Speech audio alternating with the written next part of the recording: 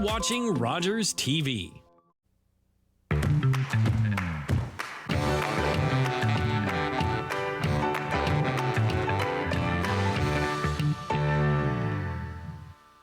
Welcome to this edition of Dufferin Live. I'm your host, Teena Avery. Thank you so much for tuning in. I have a regular coming on this segment, and she's absolutely beautiful and one of my favorite people, Kait. She is the programs coordinator for Theatre Orangeville. Thank you for coming on again. I'm so happy to be back, Teena. Thank you. We do have a lot of fun. We do have a lot of fun. So, yes, Yeah. but we have some important things to talk about, some things that are coming up in just a week from now, and we want to make sure that everybody knows so that they can get their tickets. Yeah. But first, we're going to talk about Creative Partners on Stage and what that program is. It's an incredible program. It's a partnership with Community Living Dufferin and ourselves, and it's a program that's existed for quite a few number of years, and we work with Community Living Dufferin and people in our community who identify as neurodiverse, and we work with them and our creative team and the support from CLD to put on two performances, two full-fledged realized theater shows. That is amazing. But before we get to that, we're going to talk about, I'm going to ask you, what is neurodiverse? Yeah, it's people that are in our community and outside of our community that identify with different exceptionalities. So we're working with adults who maybe identify with autism or cerebral palsy or kind of anything within that nature. Okay. And yeah, we work with them. They come in and they audition and they are our actors in our program and in our shows. And what I think is absolutely amazing about this particular program is they experience everything that a regular live performance from Theatre Orangeville would put out. 100%. This is exactly the type of main stage show team that we use, the format, and we work to that professional standard. So yeah. So as you said, they go through the auditions. They work with other professionals in the industry. They are actors like all of the actors. Yeah, they're actors. And I think that it's absolutely amazing, the platform that you have created for them at Theatre Orangeville for sure. Yeah. So let's talk about what's coming up in a week from now. Let's start with number one.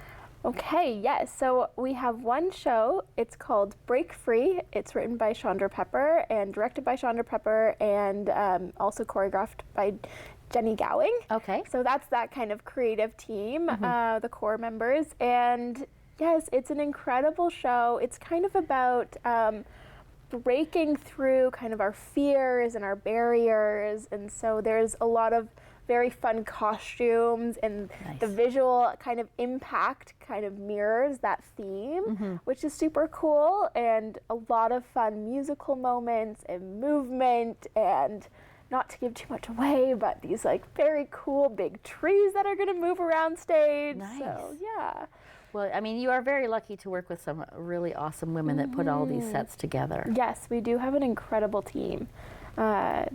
Becky and Lisa, and amongst a bunch of other people on that end, work really hard to kind of work with the directors and the choreographers and the actors to create their vision, because this is a story that they've written, to get those dreams and that story come to life. There's something absolutely special about attending a show from the Creative Partners on Stage, also known as CPOS, but we're going to call them the Creative Partners on Stage. There is an atmosphere and there's an electricity and that happens when they get on stage, and it's something that you can really experience, and you walk away and you're just enlightened and happy.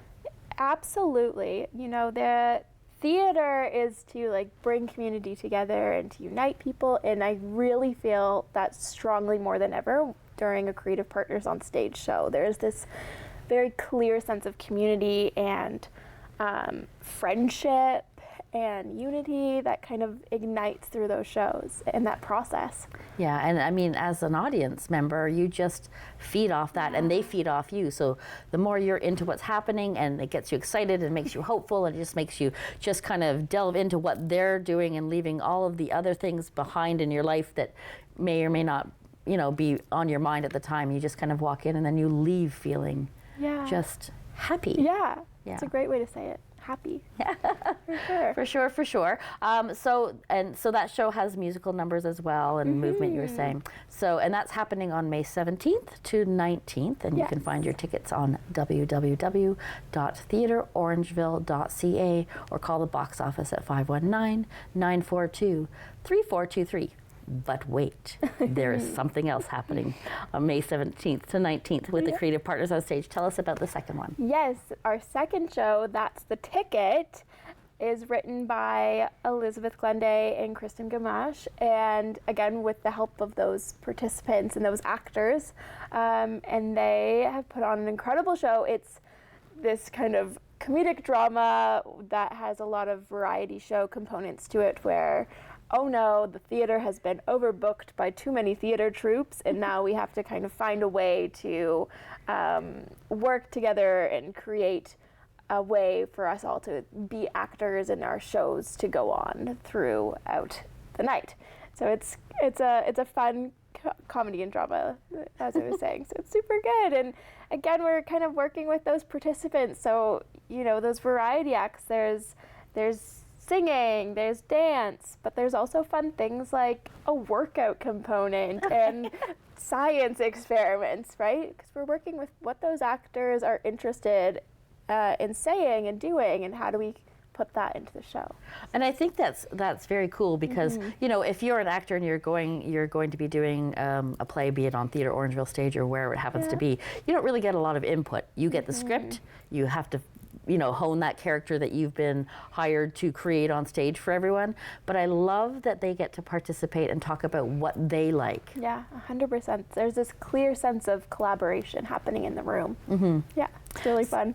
So let's talk about rehearsals. So when we're doing rehearsals, I mean, how long do they rehearse before they put this on? Like, I mean, there's a process of writing the script and getting it all together, the learning of the lines. But tell us a little about the whole process about putting a Creative Partners on Stage show on. Yeah, so we start, it's a pretty long process. So we started back in the winter of 2023, working again to see these auditions and kind of see what they're interested in talking about. And then from there, our directors and writers go away, they write a little script, they kind of include those moments from the audition, and then we workshop it for a good number of months while they continue writing. So we're working on scenes. You say, okay, did that work? No, it didn't work. Or yes, that moment was really great. Or I really liked what we just added in. We found out during this rehearsal. We've added it into the script. And then the next week, we kind of keep building until we have the finished show. And then after that, it looks more like a traditional rehearsal period where we're working through the script, we're learning our dances, we're committing to it and making sure it's memorized and all that fun stuff. Do they go through a cue to cue? Like, yeah. So we're in that right now. We're in the middle of Tech Week, and so that's the cue to cue. It's where we're checking in on the light levels to make sure they're doing the right thing and they're helping tell the story, and making sure that the sound all is loud enough or quiet enough at different parts, and that the set pieces all work. So all that fun stuff and that's all part of cue to cue, and it's literally walking through each thing step by step, right? Step by step, we walk through. Okay, you're gonna stand here. The light comes up. You say your line. The music comes in. All of that fun stuff, so that the whole team, the stage manager, the backstage helpers, the technicians, as well as the actors, are all able to work as a team to get that performance ready quality. Yeah, and that happens with every theater performance. It's you literally, it is, I've seen it happen. It's literally like, say your line, wait, let's fix the light. It's just, and that takes time as well, because if you are making any changes to lighting or sound, then those technicians have to adjust accordingly or make the notes of, you know, changing the color of the lights, and these are all things that are well above my pay grade. But definitely something that every show goes through. Tell me why this program is important. This program is super important because, you know, when we talk about community, it's important to be inclusive and to talk about everybody that's a part of our community.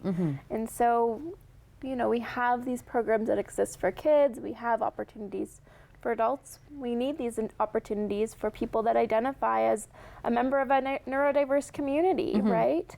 And that's what makes it special. Like, that is what connects us, is making sure that our community does have opportunities and people can see themselves on stage and they can go away from the theater being like, oh, this is something that maybe I want to do, and I know there's a way for me to do it in my community. So important. Yeah. I think every community should have a program like this.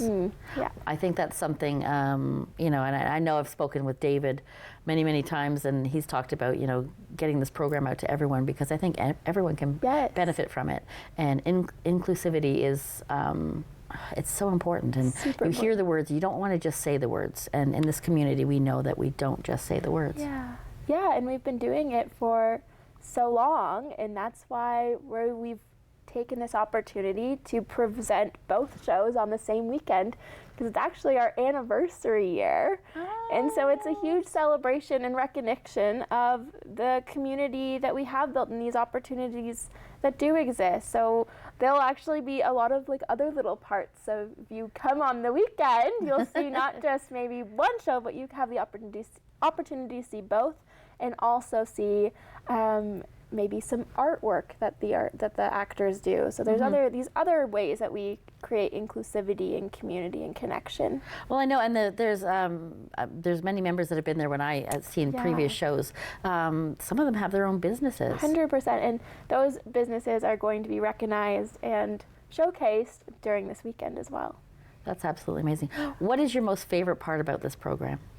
How much fun that all of the participants have, and how much they will include new people into the group. So even me, somebody who's maybe not there every week, if I step into the room, I feel welcomed, right? And what more do you want but to feel welcomed?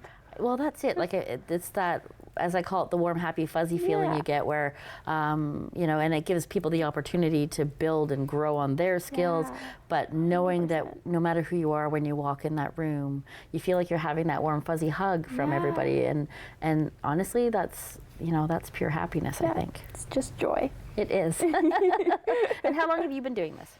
I have been with Theatre Orangeville for 3 years at this point. Wow. But quite a lot longer if you take other opportunities. Well, we got about a minute left, and I'm going to tell you. So Kait used to perform for Theatre Orangeville, and I bring it up every time she's on the show, just because I love it. So you've been a part of the family for quite some time. Yeah, since I was in grade 2. Wow, and that wasn't that long ago, because she's just a youngin'. She's a baby, Yes. Yeah. Well, you know, Kait, I love when you come on and talk about all of the different programs that you have. And I encourage you to check everything out at www.theatreorangeville.ca. They have amazing kids programs, adult, you know, just definitely check it out. Thank you for coming on the show again. Thank you for having me. It is totally my pleasure. And don't you go anywhere. We'll be right back.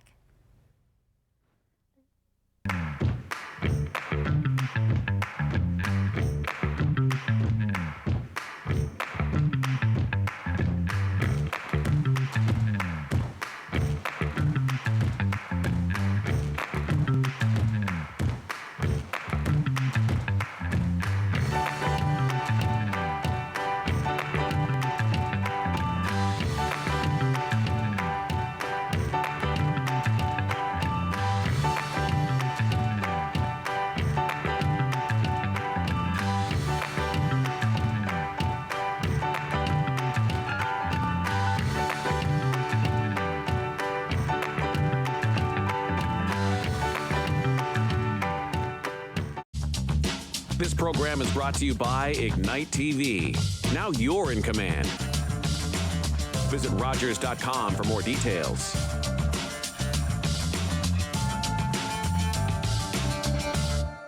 Here we are in Canada, where Canada's about to celebrate our talent, our people. This moment is changing your life forever. I promise you. $1 million.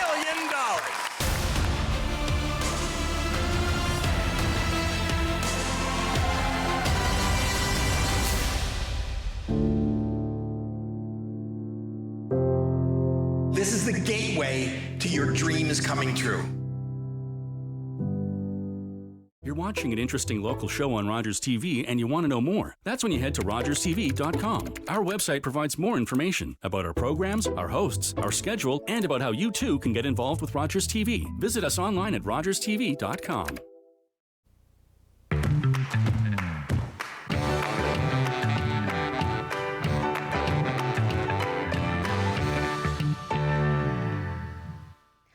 Welcome back. Thanks for staying with us. And if you're just tuning in, well, you're tuning in at a great time. I have a very special guest on the show this evening or day, depending on what time you're watching, of course.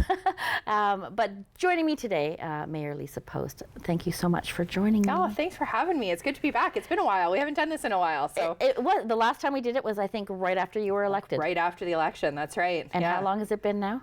Almost 2 years. It'll be 2 years in October since the election. So time has flown by, and I haven't had you on the show. Well, that's bad on me. Not at all. Not at all. It's been busy. It's been very busy. We've gotten a lot of good stuff done, and just getting into the groove of doing the mayor thing. So, yeah.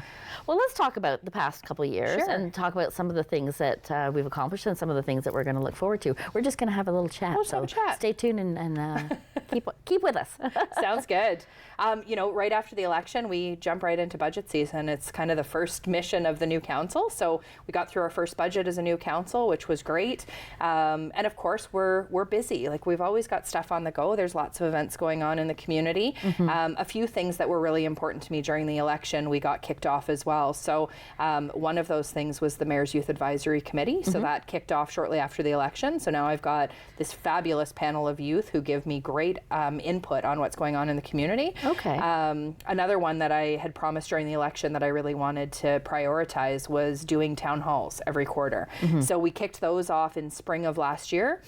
We've done 4 of them so far. The 5th one is coming up May 15th at Tony Rose. And what we do is we get a panel of staff experts who talk about things that are important in the community right now. So the next topic is going to be all about water conservation, because we've got the water meter replacement program coming up. I'll talk about that in a bit. But so we've got kind of our water folks on to talk about the expertise behind that. That takes about a half an hour to get through kind of their speeches. And then once they're done, the floor is open and residents can ask whatever they want. So whether it's a problem with water or it's a problem with recreation services, or they've got a question about when their road's going to be done, they can ask any of those things. So it's totally open forum, very casual. Council meetings can be a little stuffy and unapproachable because we follow parliamentary procedure. So they're not super accessible or available. But in this town hall, residents can feel super comfortable just having a casual conversation and finding out what's going on in the community. And I think that's really important. I mean, we live in a great community and we're very blessed that way. But I think that the ability to go out and you're being given the opportunity to go ask questions or find out information and like as you said, because town council meetings are very regulated and scheduled, and it's not very flexible. So this is giving you and giving the community an opportunity to go face to face with experts and find out some information. Quite honestly, council makes the best decisions when we have input from residents. So I think it's a balance of two things. We need our expert advice from our town folks, which we've got great staff that give us expert recommendations, but the voice of the community really matters. And these town halls give us a bit of an ear into what's going on, what residents are thinking, what's hot on their mind, what issues they're frustrated by. We don't live in each community, so hearing what's going on in neighborhoods is really important to us. Yes, and that definitely gives them the forum to do that. Absolutely. And it's true, because what you might hear from one person that may see you walking down the street, because I'm sure you get stopped all the time. I do. Yeah, walking down the street. My husband won't grocery shop with me anymore. Yeah, well, actually, I used to have that same problem, just knowing a lot of people. Yeah, I always went grocery shopping by myself. Exactly. But it was just a lot easier, a lot quicker. But no, just knowing a lot of people and of course, being in the position you're in, people must have a lot of things to say to you on a regular basis. And it's great, because that feedback really matters. And I'm glad that people find me approachable, because it's what I want. I want to hear what's on your mind. I want to hear your questions. I can't help you get an answer if I don't know what's on your mind. So I spend a lot of time going and talking to schools, talking to Girl Guide groups, going to service clubs, speaking to anybody who will have me. I usually give a little blurb and then open the forum. So ask me anything, give me your opinions, give me your thoughts on things. And it's how we build a good community, when we've got good input. Yeah, absolutely. And you take that information and investigate or find Absolutely. out answers or already have the answers to those questions. I think is 75% of my job is connecting people with the right people, right? Yes. So town hall can be a little complicated if you're not used to maneuvering it. So a lot of times people have the question that they want to ask, but they don't know who to pose it to. So I always say, send it to me and I'll get it to the right person. And usually that can help expedite the process a little bit. Yeah, and I mean, it is. The website's overwhelming because if you look at all of the different departments, you're like, well, who, even if you know the right department, like who do I call in that department? So it's like a crapshoot. Like you literally just call and hope you get to the right person. Exactly. But having you being so accessible and open to the community, I think, is beneficial for both you finding out information and for our residents to find somebody that will direct them where they need to go. Well, it's been a lot of fun, and people have been really honest with me, which is great. I love hearing the honest, open feedback. Yeah, absolutely. So you wanted to talk about the water program. Yeah, let's talk about a couple of different things. Okay. So we're getting into construction season, so residents can prepare themselves that there's going to be some road closures. We've got road work being done, sidewalk work being done. We've invested a lot of money in this year's budget into road repairs, road reconstructions, things like that. We've got aging infrastructure and we need to fix it. So those can be really inconvenient because it does often close off some of those, critical roads. Broadway was already done last year, so there's going to be no closures on Broadway, which is great. Amazing. But there will be some others that'll probably be a little inconvenient, so you can stay tuned for some of that. But one of the exciting projects that we're doing is we're actually replacing every single water meter in Orangeville over the next about 18 months. We've got a company who's coming in and doing it, and it's going to replace them with smart meters. So if somebody has a leak in their house, you're going to get a notification that something's not right with your water usage, and it'll really help you save some money and identify those leaks earlier so that you don't get surprised with a $1,000 bill because your toilet was running, right?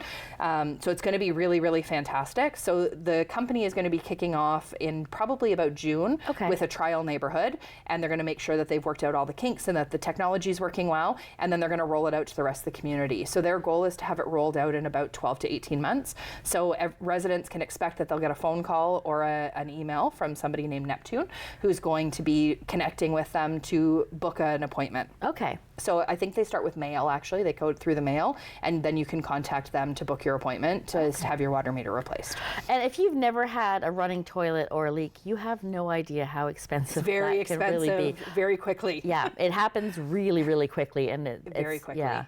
Yeah, and water is not very forgiving. So once it starts, it doesn't stop, right? So this will really help with water conservation. It'll also help make sure that residents are getting accurate bills. It's just going to be very good at stopping those leaks and really making sure that we can conserve water in a better way. So that's a really exciting project that's coming, and it's huge. It's going to, every water meter in town, that's almost 12,000. Wow. Yeah. So it's a lot of meters being replaced. So that's a big one. And then, of course, what everybody's waiting for is the Alder Street pool to open, which will be coming up in the next month or so. So we're very close. There is water in the pools. The pools are working. They're doing all the finishing touches, those last pieces when you're doing a renovation, and they do the trim, paint the trim, those things. It's those kinds of things that are being done right now. So the pool will be open very shortly. So that's amazing. Residents can stay tuned for that announcement.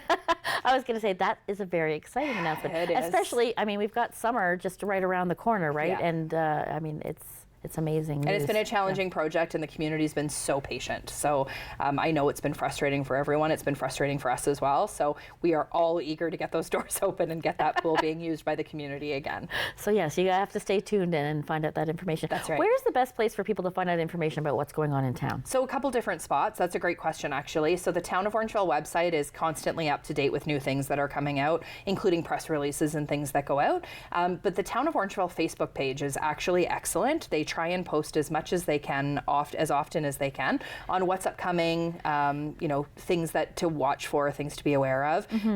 So the Town of Orangeville Facebook page and Instagram page are really great too.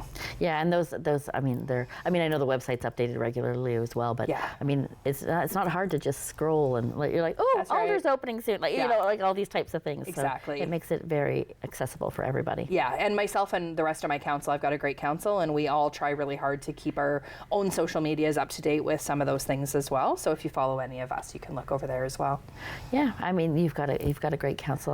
I know Sure do. quite a few of them, and there's a few that I haven't met yet, unfortunately, but maybe one day we'll have them on the show. Yeah, absolutely. Great idea. Great idea. Yeah, we've got a great crew. Yeah. So let's talk about how busy you are, because I know we're going to get into the nitty-gritty of this. Of course. So, I see you out because I do follow you online and all that sort of thing. So you're at almost everything thing that happens in town, it seems like. I try to get to as much stuff as I can, and it's not always possible, but if I'm available, I try and go. And again, it's important, I think, to represent council and show that we are invested in everything that all organizations, not-for-profit, service clubs, everything that everybody's doing. So if we can get a member of council out there, I think that's really good. Again, it connects us to the community, and we build stronger community when we work together and understand each other's priorities. So when I go to a lot of these events, I can learn a lot about what's going on in the not-for-profits, what's going on at you know, Theatre Orangeville, what's going on in all these places. And that's how we can learn how we can support better. Absolutely.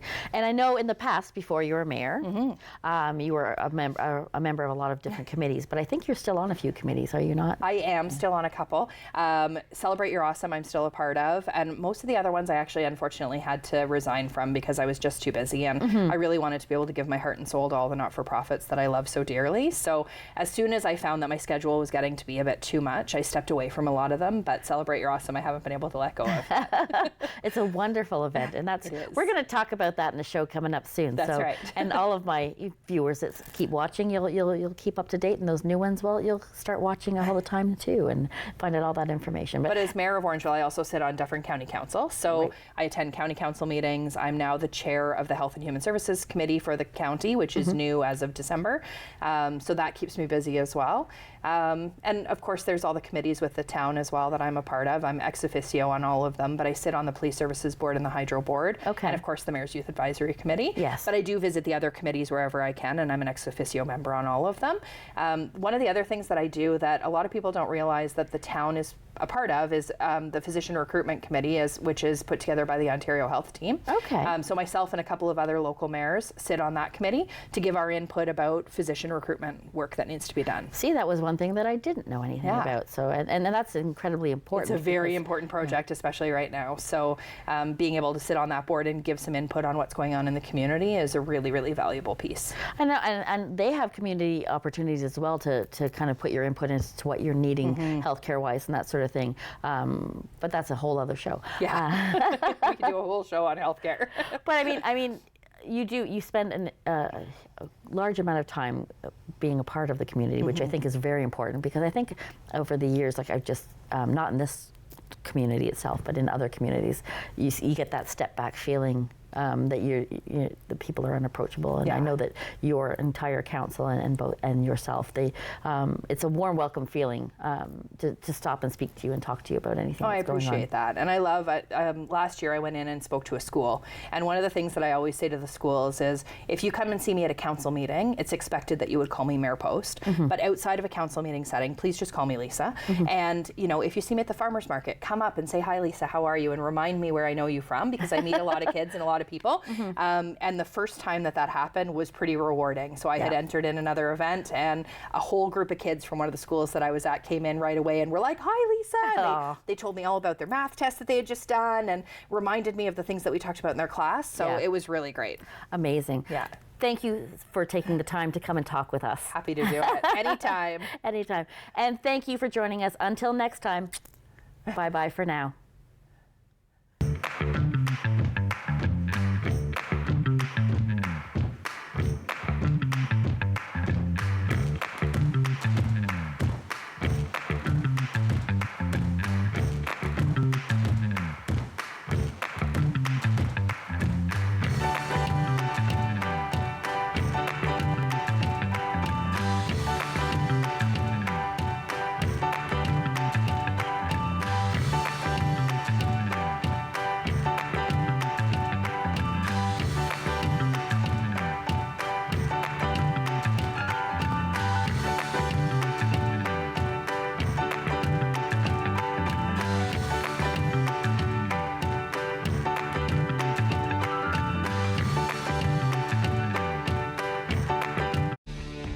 Connect with us by visiting our website or email us at comments@rogerstv.com. This is a man's heart.